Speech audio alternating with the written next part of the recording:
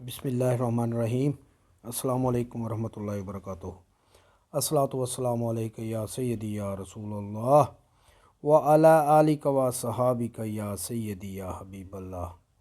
सज्जनों, हज़रत सुल्तान बाहू रहमतुल्लाह अलैह दी किताब दीवाने बाहू दी गज़ल नंबर 44 दे नाल हाज़िर खिदमत। हज़रत सुल्तान बाहू रहमतुल्लाह अलैह फरमांदे ने, तूर पहाड़ दी खबर न तैनू जो हज़रत फरमांदे, चारों तरफें ऐस किले दे लश्कर शैतानी रहिंदे, सीने तेरे अंदर उसदी खास बशारत देंदे, बाझों टिकट रसूल इलाही गुजरन मूल न देंदे।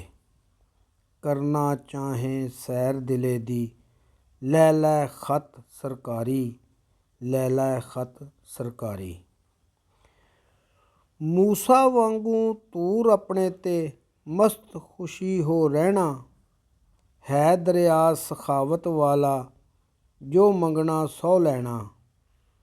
मंग हमेश दीदार इलाही मुँह थी गैर न कहना, फारिग हो के दो जग विचों इस दर मुहकम रहना। हर दम वसल सजन दा मंग तू, सबर नहीं दरकारी, सबर नहीं दरकारी। आशिक इश्क मुहब्बत दे विच जेकर सोज न रखदा, इस मंजिल विच आतिश बलदी तन मन सारा भखदा।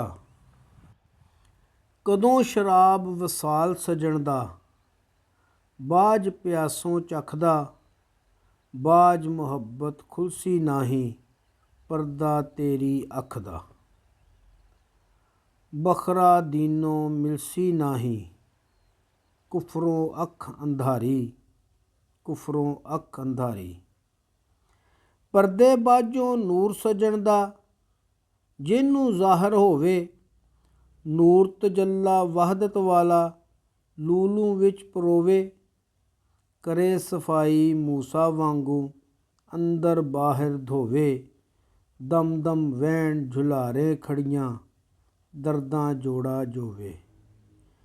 आशिक ताईं नूर सजन दा दम दम शोला मारी, दम दम शोला मारी। दम दम इश्क पुकार सजन दा क्या खुफिया क्या जहरी, हज़रत मूसा रब नू मिलिया दिल थी झड़क वसारी।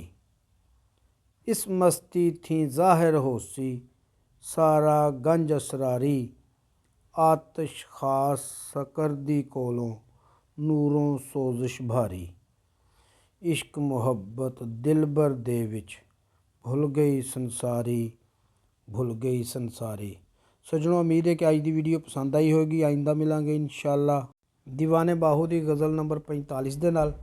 उस वक्त तक अपना ख्याल रखा जी। अपने मेज़बान खालिद कमर नूं इजाज़त दिओ। अल्लाह हाफिज़।